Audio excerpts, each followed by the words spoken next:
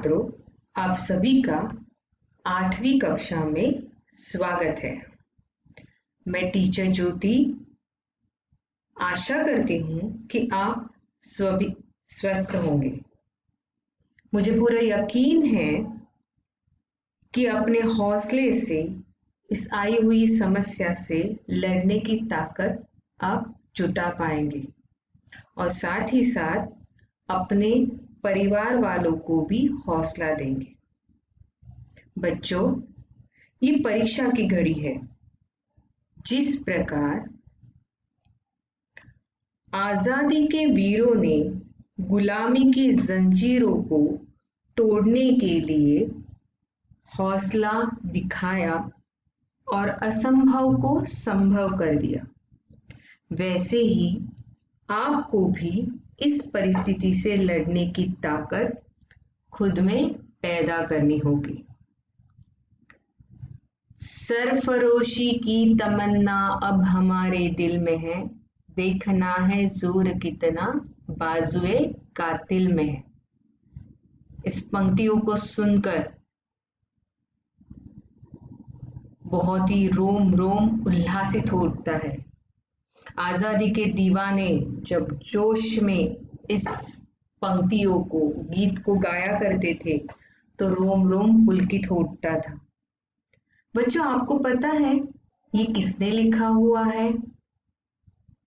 राम प्रसाद बिस्मिल आपको दिखाई दे रहा है, पर असलियत में ये पंक्तियां बिस्मिल अजीमाबादी, जो कि एक उर्दू के कवि थे, उनकी लिखी हुई देशभक्ति पर गजल है।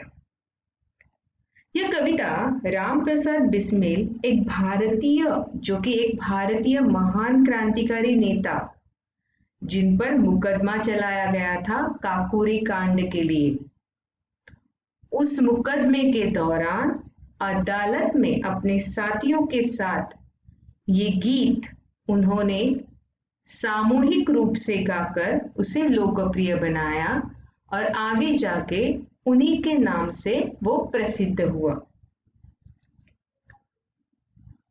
तो देखते हैं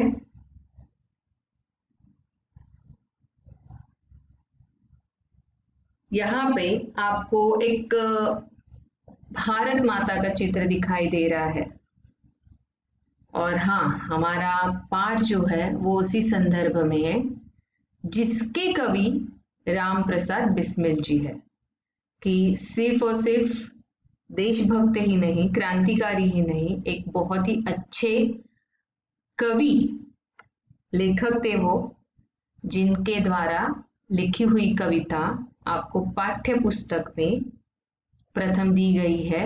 जी हाँ, आप पहचान चुके होंगे, इसका नाम है हे मातृभूमि, जिसके कवि है राम प्रसाद बिस्मिल। तो आइए देखते हैं बिस्मिल जी के बारे में जानकारी। उनका फोटो आप लोगों को दिखाई दे रहा है।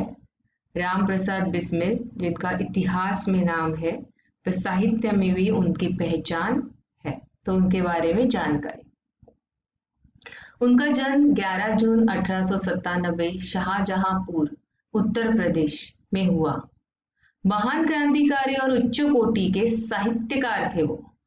लिटरेचर भी उन्होंने जो जागरूक करने के लिए, जनता को जागरूक करने के लिए उनका एक माध्यम था साहित्य। बिस्मिल उपनाम की शायरी की, बिस्मिल इस नाम से, उपनाम हम लोग कह सकते पेन नेम, साहित्य में उनकी ये पहचान है। 19 वर्ष की आयु में क्रांति के पथ पर अग्रसर हुए और प्रारंभ में उन्होंने आर्य समाज का प्रभाव उन पर था, असर था, ज्यादा उससे प्रभावित थे। देश प्रेम और समाज सुधार से जुड़ी पुस्तकों का उन्होंने लेखन किया है, लिखा है, अनुवाद में ट्रांसलेट किया है और प्रकाशन मीन्स प्रोडक्शन किया है। क्रांतिकारी पार्टी का गठन किया है। क्रांति हेतु धन एकत्रित करने के लिए काकोरी ट्रेन डकैती में वो शामिल थे। ये धन जो ब्रिटिश सरकार हमारे देश से लूट कर ही बोल सकते हैं लेके जा रही थी, और स्वतंत्रता प्राप्त करने के लिए पैसों की जो जरूरत थी, उसके लिए ये ट्रेन का जो धन था वो लूटा गया था, उसमें वो शामिल थे। और उसी के लिए ये गुनाह है ये बोलकर 19 दिसंबर 1927 को उन्हें फांसी दी गई थी। बिस्मिल आत्मकथा, जो कि उन्होंने लिखित दस्तावेज है, वो एक उस समय का एक मार्मिक दस्तावेज है। दस्तावेज मीन्स डॉक्यूमेंट्स, मार्मिक मतलब हृदय स्पर्शी, हृदय को छू लेने वाला एक डॉक्यूमेंट्स है, दस्तावेज है। तो चलिए देखते हैं अतिरिक्त जानकारी।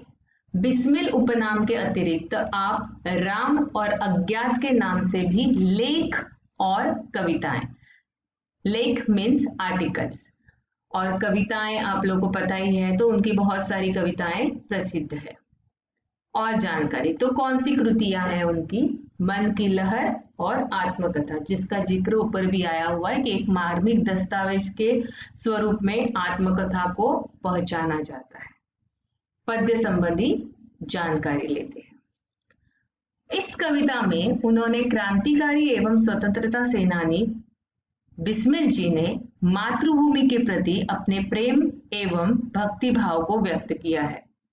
यहाँ आपने मातृभूमि की सेवा करने और देश हित में न्यौछावर हो जाने की लालसा मतलब इच्छा व्यक्त की है। तो पूरी तरह से उन्होंने अपना जीवन मातृभूमि के लिए समर्पित किया था, और वो सिर्फ और सिर्फ मातृभूमि की सेवा करना चाहते थे और उसके लिए मर मिटने के लिए भी तैयार थे। यहाँ पे हम लोग जो भी कविता है उसका वाचन या गीत के अनुसार करेंगे। अगर आपको भी संभव है तो आप भी मेरे साथ गुनगुनाइए। हे मातृभूमि तेरे चरणों में शीश नवाऊं, मैं भक्ति भेंट अपनी तेरी शरण में लाऊं।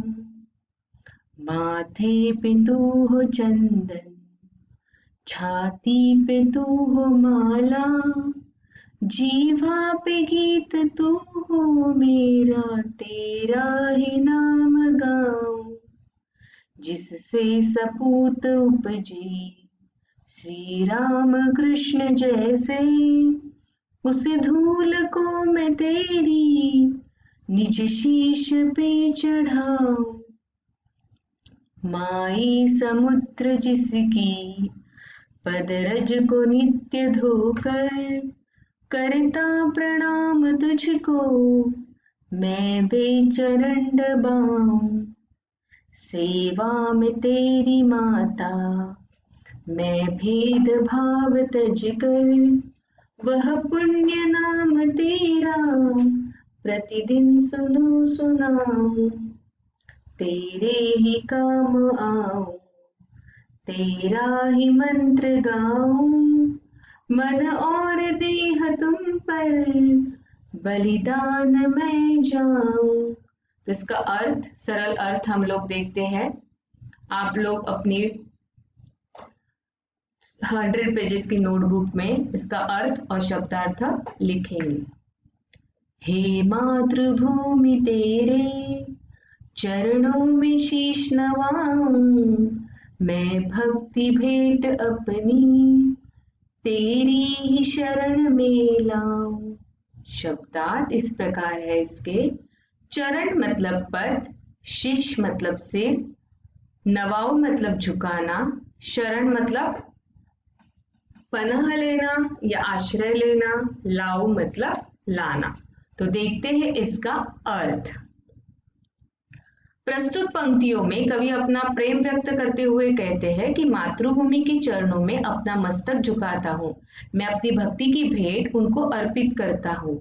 मातृभूमि की शरण में जाने की कवि की इच्छा है, सब कुछ न्यौछावर करने की, और इसीलिए उनका सिर झुक रहा है अपनी मातृभूमि के चरणों में। दूसरी पंक्ति इस प्रकार है बच्चों। माथे पे तू हो चंदन, छाती पे तू हो माला, जीवा पे गीत तू हो मेरा, तेरा ही नाम गाऊं। इसका शब्दार्थ इस प्रकार है। माथा मतलब मस्तक या ललाट कहते हैं। चंदन एक सुगंधित लकड़ी का नाम है और जीवा मतलब जीभ।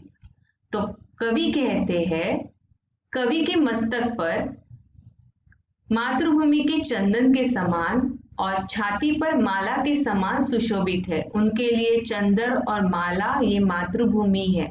किसी को सम्मान देने के लिए इन दोनों चीजों का इस्तेमाल किया जाता है। तो कवि कहते हैं कि मातृभूमि मेरे लिए चंदन और माला के समान है। उनकी जीवा पर मातृभूमि के गीत सदैव गाते रहते हैं। आगे की पंक्ति इस प्रकार है। माई समुद्र जिसकी पदरज को नित्य धोकर करता प्रणाम तुझको मैं वे चरण दबाऊं। इसके शब्दार्थ इस प्रकार है। समुद्र मतलब सागर, पद मतलब चरण, रज मतलब धूल, नित्य मतलब हमेशा सदा प्रतिदिन, प्रणाम मतलब नमस्कार अभिवादन, दबाओ मतलब दबाना। अर्थ इस प्रकार है। कवि कहते हैं कि जिसके चरण को छूकर सागर प्रणाम करता है, उन चरणों को दबाकर कवि मातृभूमि की सेवा करना चाहता है। आपको पता ही है कि भारत माता की चरणों में सागर का संगम है या सागर उनके पैर हमेशा धोता है। तो इसी प्रकार कवि भी मातृभूमि की सेवा करना चाहता है उनके चरण दबाकर। अगली पंक्ति है। जिससे सपूत उपजे श्री राम कृष्ण जैसे उस धूल को मैं तेरी निज शीश पे चढ़ाऊं। शब्दार्थ इस प्रकार है। सपूत मतलब गुणवान बेटा, उपजे मतलब उपजना, उत्पत्ति, उत्पन्न होना, धूल मतलब रज, निज मतलब मुख्यता या स्वयं के बारे में कहना, चढ़ाओ मतलब चढ़ाना। और अर्थ इस प्रकार है। कवि कहते हैं जिस भूमि पर श्री राम और कृष्ण जैसे सपूतों ने जन्म दिया है, उनके महान कार्यों से ये धरती पावन बनी है, पवित्र बनी है, उसकी धूल को मैं अपने सिर पर लगाना चाहता हूँ। तो विशेषताएं, हमारी मातृभूमि की क्या क्या विशेषताएं हैं। यहाँ पे श्री राम कृष्ण जैसे सपूत जन्मे हैं। ये मातृभूमि कैसी विशिष्ट पूर्ण है ये बताने की कोशिश, और ऐसी मातृभूमि का मैं हमेशा उसे पावन समझता हूँ, उसकी चरणों की धूल मैं हमेशा सिर पे लगाना चाहता हूँ, ऐसे कवि कह रहे हैं। अगली पंक्ति। सेवा में तेरी माता मैं भेद भाव तज कर वह पुण्य नाम मेरा प्रतिदिन सुनो सुनाऊं। इसके शब्दार्थ इस प्रकार है। भेदभाव, अंतर या फर्क, तजकर मतलब त्याग कर, पुण्य मतलब पवित्र और प्रतिदिन मतलब हर दिन, सुनाओ सुनाना। कवि सारे भेदभाव मिटाकर मातृभूमि की सेवा करना चाहता है। कवि की जीवा मतलब जीभ पर मातृभूमि की पवित्र पावन नाम रहे और कानों में हमेशा सिर्फ और सिर्फ मातृभूमि का नाम ही सुनाई दे, ऐसी उसकी इच्छा है, ऐसी उसकी लालसा है। ये अंतिम पंक्तियां है। तेरे ही काम आऊं, तेरा ही मंत्र गाऊं, मन और देह तुम पर बदिलाल मैं जाऊं। देह मतलब शरीर, नौछावर करना मतलब बलिदान करना, सैक्रिफाइस करना। और इसकी अर्थ है कवि का जीवन मातृभूमि के काम आए। उनकी यही लालसा है कि उनका तन मन धन ये मातृभूमि पर वो नौछावर करना चाहते हैं। जैसे सैनिक अपने तन मन की आहुति देता है, वैसे ही कवि की एक ही इच्छा है कि वो पूरा जीवन पूरा तन मन मातृभूमि के लिए समर्पित करे। मेरे ख्याल से आप लोगों को इस कविता का अर्थ समझ में आया होगा। इसके कठिन अर्थ भी दिए गए हैं, आप लोगों को वो आपके पाठ्य पुस्तक में लिखना, नोटबुक में लिखना है। और सबसे जरूरी बात, आप घर पे रहो, वहीं पे आप सुरक्षित हो, और सबसे जरूरी बात नियमित रूप से पढ़ाई करो। और अगले वीडियो तक आप सभी को मेरी तरफ से धन्यवाद। Take care.